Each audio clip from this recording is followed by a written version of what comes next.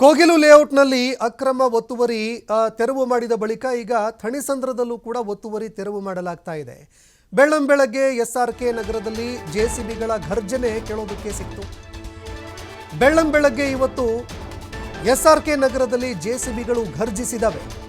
BDA ವತಿಯಿಂದ ಅಕ್ರಮ ಒತ್ತುವರಿಯನ್ನ ತೆರವು ಮಾಡುವಂತಹ ಕಾರ್ಯಾಚರಣೆ ನಡೆಯಿತು. ಬಿಡಿಎ ವಿರುದ್ಧ ಒತ್ತುವರಿದಾರರು ಆಕ್ರೋಶ ಹೊರಹಾಕಿದ್ದಾರೆ. ಬೆಳಗ್ಗೆ 6 ಗಂಟೆಯಿಂದ ನಡೀತಾ ಇರುವಂತಹ ಕಾರ್ಯಾಚರಣೆಯಲ್ಲಿ ಹಲವಾರು ಅಕ್ರಮ ಒತ್ತುವರಿಗಳನ್ನು ಅಧಿಕಾರಿಗಳು ಡೆಮಾಲಿಷನ್ ಮಾಡಿದ್ದಾರೆ. ಯಾವುದೇ ನೋಟಿಸ್ ಕೊಟ್ಟಿಲ್ಲ ಅಂತ ಸ್ಥಳೀಯರು ಆಕ್ರೋಶ ಹೊರಹಾಕ್ತಾ ಇದ್ದಾರೆ. ಈ ಜಾಗಕ್ಕೆ ಸಂಬಂಧಪಟ್ಟಂತೆ ನಮ್ಮ ಬಳಿ ದಾಖಲೆಗಳು ಇದಾವೆ ಅಂತ ಆಕ್ರೋಶ ಹೊರಹಾಕಿದ್ದಾರೆ. 20 ವರ್ಷ ಆಯಿತು, ನಾವು ಇಲ್ಲೇ ವಾಸ ಮಾಡ್ತಾ ಇದ್ದೀವಿ ಅಂತ ಸ್ಥಳೀಯರು ಅಳಲು ತೋಡ್ಕೊಳ್ತಾ ಇದ್ದಾರೆ. ಹೀಗಾಗಿ ಅಕ್ರಮ ಒತ್ತುವರಿಗೆ ಸಂಬಂಧಪಟ್ಟಂತೆ ನೋಟಿಸ್ ಕೊಟ್ಟಿಲ್ವಾ ಹಾಗಾದರೆ ಅನ್ನೋ ಪ್ರಶ್ನೆ ಕೂಡ ಇಲ್ಲಿ ಎದುರಾಗುತ್ತೆ. ಇದರ ಜೊತೆಗೆ ಇಲ್ಲಿ ನೆಲೆ ನಿಂತು ಈಗ ತಮ್ಮ ಒಂದು ಸೂರನ್ನು ಕಳೆದುಕೊಂಡಂಥವರಿಗೆ ಪರ್ಯಾಯ ವ್ಯವಸ್ಥೆ ಏನಾದರೂ ಆಗತ್ತಾ ಅನ್ನೋ ಪ್ರಶ್ನೆ ಕೂಡ ಇಲ್ಲಿ ಕಾಡ್ತಾ ಇರುವಂಥದ್ದು. ಯಾಕಂದರೆ ಈಗಾಗಲೇ ಕೋಗಿಲು ಲೇಔಟ್ ಒತ್ತುವರಿ ತೆರವು ಪ್ರಕರಣ ತೀವ್ರ ರಾಜಕೀಯ ಜಟಾಪಟಿಗಳಿಗೆ ಕಾರಣ ಆಗಿತ್ತು. ಈ ವಿಚಾರವು ಏನಾದರೂ ರಾಜಕೀಯ ತಿರುವು ಪಡೆದುಕೊಳ್ಳುತ್ತಾ ಅನ್ನೋ ಪ್ರಶ್ನೆ ಇಲ್ಲಿ ಎದುರಾಗ್ತಾ ಇದೆ.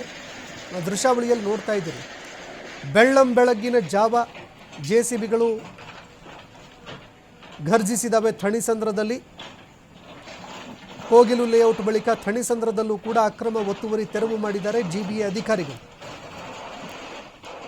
ಎಸ್ಆರ್ಕೆ ನಗರದಲ್ಲಿ ಜೆಸಿಬಿ ಮೂಲಕ ತೆರವು ಮಾಡಿದಂತಹ ಸಂದರ್ಭದಲ್ಲಿ ಅಲ್ಲಿ ತಮ್ಮ ಮನೆಗಳನ್ನು ಅಥವಾ ಕಟ್ಟಡಗಳನ್ನು ನಿರ್ಮಾಣ ಮಾಡಿಕೊಂಡು ಏನು ವಾಸ ಮಾಡ್ತಾ ಇದ್ರು ಅವರು ಹೇಳ್ತಾ ಇರುವಂಥದ್ದು, ನಮಗೆ ನೋಟಿಸೇ ಕೊಟ್ಟಿಲ್ಲ ಅಂತ ಕೆಲವರು ಹೇಳ್ತಾ ಇದ್ದಾರೆ. ಹಲವಾರು ವರ್ಷಗಳಿಂದ ವಾಸ ಮಾಡ್ತಾ ಇದ್ದೀವಿ ಅಂತ ಹೇಳ್ತಾ ಇದ್ದಾರೆ.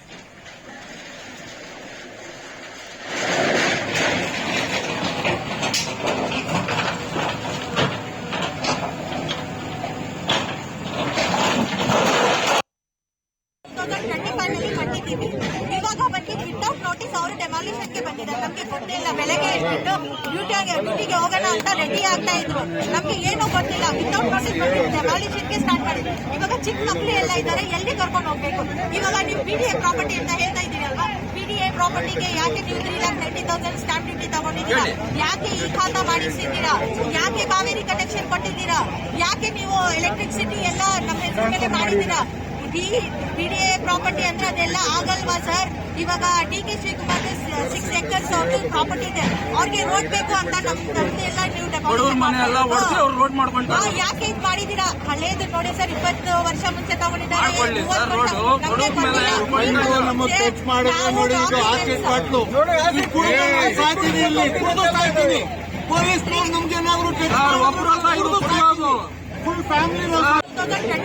ಕಟ್ಟಿದ್ದೀವಿ. ಇವಾಗ ಬಂದು ವಿತೌಟ್ ನೋಟಿಸ್ ಅವರು ಡೆಮಾಲಿಷನ್ಗೆ ಬಂದಿದ್ದಾರೆ. ನಮ್ಗೆ ಗೊತ್ತಿಲ್ಲ. ಬೆಳಗ್ಗೆ ಎಷ್ಟಿಟ್ಟು ಡ್ಯೂಟಿಗೆ ಹೋಗೋಣ ಅಂತ ರೆಡಿ ಆಗ್ತಾ ಇದ್ರು. ನಮ್ಗೆ ಏನೂ ಗೊತ್ತಿಲ್ಲ. ವಿತೌಟ್ ನೋಟಿಸ್ ಬಂದಿದ್ದು ಡೆಮಾಲಿಷನ್ಗೆ ಸ್ಟಾರ್ಟ್ ಮಾಡಿದ್ರು. ಇವಾಗ ಚಿಕ್ಕ ಮಕ್ಕಳು ಎಲ್ಲ ಇದ್ದಾರೆ, ಎಲ್ಲಿ ಕರ್ಕೊಂಡು ಹೋಗ್ಬೇಕು? ಇವಾಗ ನೀವು ಬಿಡಿಎ ಪ್ರಾಪರ್ಟಿ ಅಂತ ಹೇಳ್ತಾ ಇದ್ದೀರಿ ಅಲ್ವಾ? ಬಿಡಿಎ ಪ್ರಾಪರ್ಟಿಗೆ ಯಾಕೆ ನೀವು 3,30,000 ಸ್ಟಾಂಪ್ ಡ್ಯೂಟಿ ತಗೊಂಡಿದ್ದೀರಾ? ಯಾಕೆ ಈ ಖಾತಾ ಮಾಡಿಸಿದ್ದೀರಾ? ಯಾಕೆ ಕಾವೇರಿ ಕನೆಕ್ಷನ್ ಕೊಟ್ಟಿದ್ದೀರಾ? ಯಾಕೆ ನೀವು ಎಲೆಕ್ಟ್ರಿಸಿಟಿ ಎಲ್ಲ ನಮ್ಮ ಹೆಸರು ಮೇಲೆ ಮಾಡಿದ್ದೀರಾ?